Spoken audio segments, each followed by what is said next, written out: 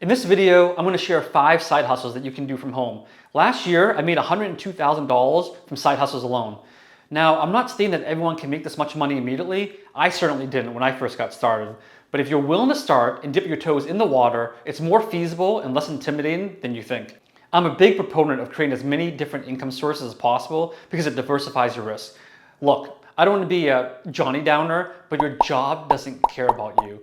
If your company has a bad year because of a slowing economy or whatever the reason may be, they have no problem letting you go because you're just a number to them. It's not smart to put all your eggs in one basket and be fully dependent on a single income source.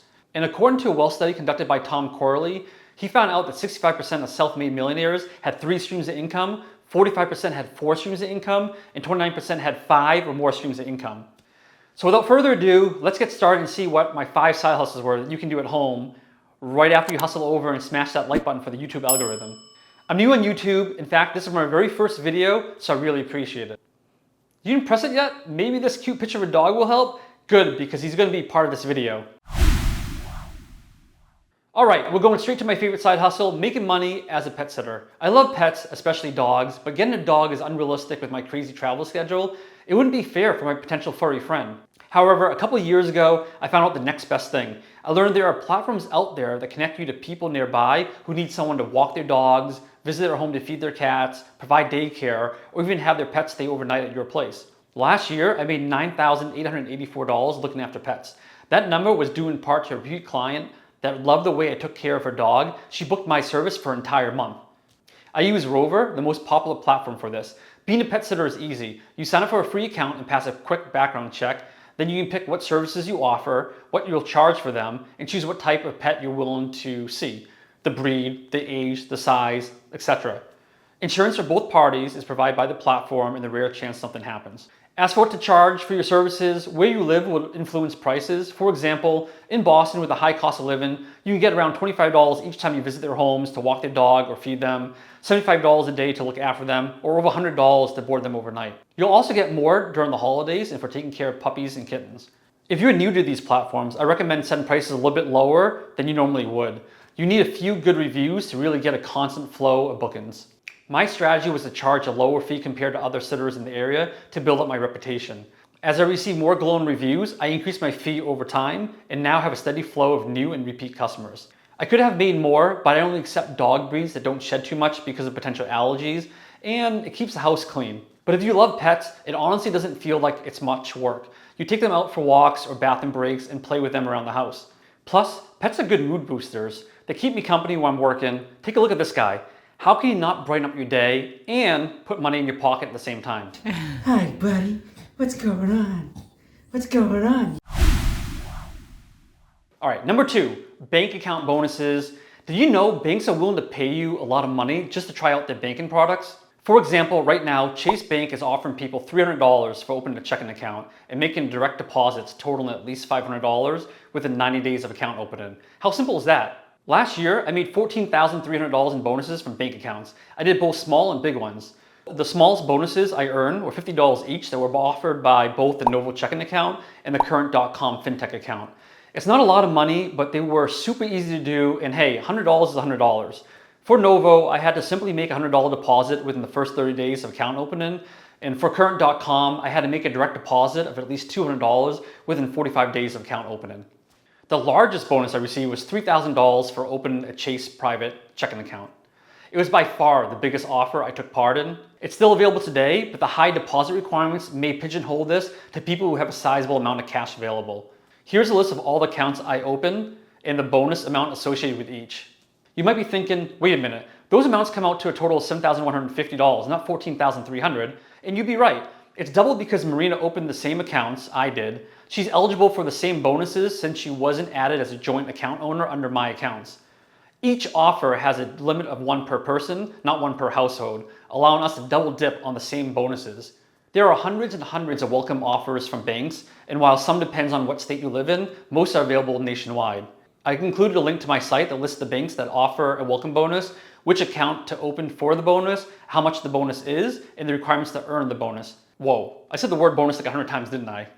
The best part is, unlike applying for credit cards, car loans, or a mortgage, opening bank accounts doesn't affect your credit score. There are no hard inquiries made to your credit, so your credit score won't go down doing this. I remember signing up for a checking account in college for a free t-shirt. Whoa!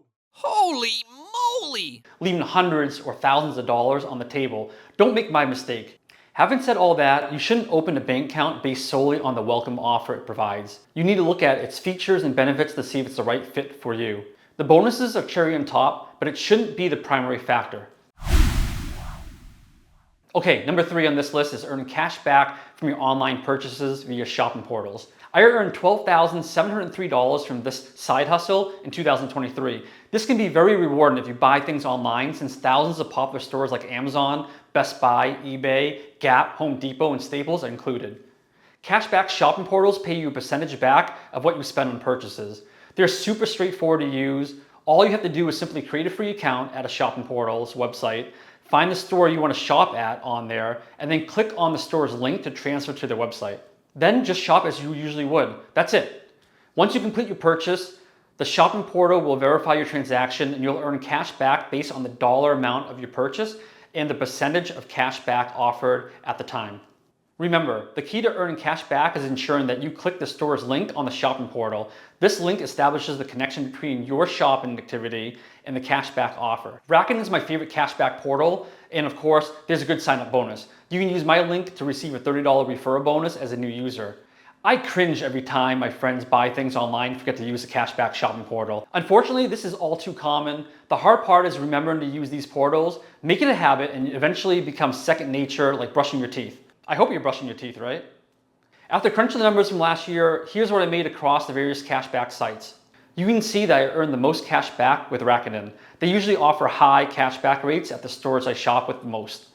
Additionally, it's the only site you're able to convert cash back into American Express membership reward points if earned points is more valuable to you. Otherwise, I recommend Rakuten users to stick with the standard cashback option. Number 4, using reward apps on your phone. I'm a big fan of earn rewards for things you'd need to do on a day-to-day basis. I think we all can agree that most people need to buy groceries, get gas for their car, and dine out at restaurants. But did you know there are free mobile apps that give you rewards just for using them to take pictures of your receipts? I earned a total of $5,144 worth of cash and gift cards last year just for doing this. For example, my SUV is a bit of a gas guzzler, but I use the Upside app to get as much as 25 cents cash back for every gallon of gas that I buy. My car's fuel tank holds about 24 gallons, so sometimes I get as much as $6 back when I refill my car. Another app I use is Ibotta, which gives you cash back when you buy groceries at many popular supermarkets, like Market Basket, Shaw's, and Whole Foods. Ibotta paid me $751 for scanning my receipts with promoted items. I double dip this with Shopkick app, which you don't even need to buy anything to earn rewards. You can literally scan barcodes at the grocery store and make some extra money. Then there's Seated, a restaurant reservations app that pays you up to 30% of your dining bill. I took a bunch of family and friends to dinner at Saturn Bar and Kitchen over the holidays and racked up a tab of $900. Seated offered 28% back at Saturn that night, so I earned $252 in rewards for scanning that receipt. I redeemed those rewards for Amazon.com gift cards, and now I have over $250 to spend on Amazon for free.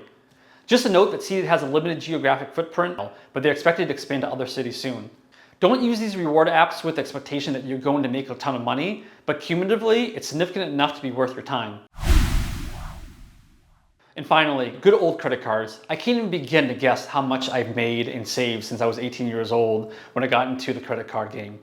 It's probably an understatement if I said I received less than $3 million in value from doing so. Credit cards are a huge business for card issuers, and they will provide massive welcome bonuses to have you as a customer. Personally, I need to get at least $500 worth of cash, points, or miles before I consider opening a new credit card. Last year, I received $40,000 of value from credit card sign-up bonuses. For example, I applied and got approved for the Capital One Venture X credit card. It offers a slew of benefits, but the most enticing aspect was the 75,000 miles the card provides as a welcome bonus. My wife also applied for the same card, so we ended up with 150,000 total miles. We transferred 140,000 of those miles from Capital One to our British Airways account and redeemed them to fly business class from Boston to Maldives and Qatar Airways. Business class tickets on that route normally sells for $5,000 to $10,000. That's definitely worth getting a new credit card for. Flying on top of a bed for 16 hours isn't too shabby either. Credit cards, when used responsibly, will open up opportunities that are typically reserved for the rich. Head over to my credit card portal to find the right card for you and check to see if there's any sign-up bonuses that it's offering. A former coworker reached out to me recently to ask for some money-making ideas. I suggested several options, like earn $300 for opening the Chase Bank checking account I mentioned earlier. She politely declined and said it wasn't big enough to impact her life. And that's part of the problem. So many people are looking for that home run opportunity that doesn't exist. I mean, are you really going to say no to $300 for 5 minutes of your time? I opened this account during the commercial break of an NBA game. Some people don't realize that baby steps will eventually lead to bigger things, what we call the snowball effect. Success isn't built overnight. I made less than $6 at my first job bagging groceries for a local supermarket. Everything I've done since then has been incremental, picking up new skills and knowledge along the way that would snowball to bigger and better opportunities. Start small, think big. Thanks for watching, and I'll see you next time.